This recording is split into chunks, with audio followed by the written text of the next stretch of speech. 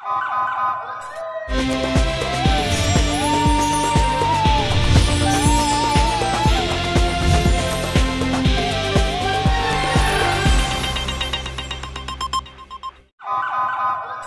पहले नजर डालते हैं अब तक की बुलेटिन।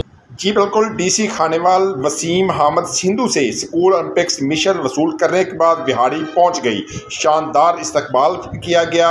जनूबी पंजाब में स्कूल्स के दरमियान खेलों के मुकाबलों के सिलसिले में ओलंपिक्स मिशन को खानेवाल से लेकर CO education Chaudhry Saeed Ahmed, DEO secondary Shazia Anwar team के हमरा खानेवाल से वसूल करके बिहाड़ी पहुँच गए। बिहाड़ी पहुँचने पर गवर्नमेंट मॉडल स्कूल बिहाड़ी में शानदार तकरीब का इनेकाद किया गया। CO एजुकेशन चौधरी सईद अहमद ने कहा कि स्कूल्स के मबैन मुकाबले बच्चों में सलाहियतों के अजहार का बेहतरीन जरिया है।